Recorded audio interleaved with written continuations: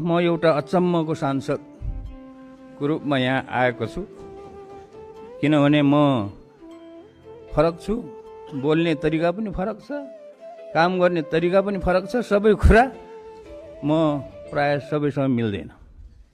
त्यसैले म आफ्नो परिचय पनि दिन चाहन्छु र म कसरी यो ठाउँमा आउनै नपर्ने मान्छे यो ठाउँमा कसरी आइपुगेँ भन्न पनि चाहन्छु।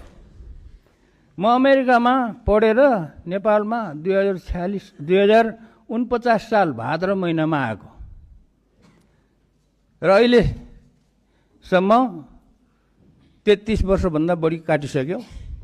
एउटा झोला बोकेर पूर्णकालीन समाजसेवीको रूपमा काम गरिरहेको छु र म चाहिँ राजनीति गर्ने राजनीतिज्ञ होइन।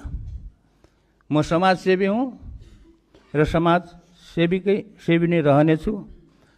सदनमा मेरो भूमिका पक्ष विपक्ष भन्दाखेरि पनि निष्पक्ष हुनेछ।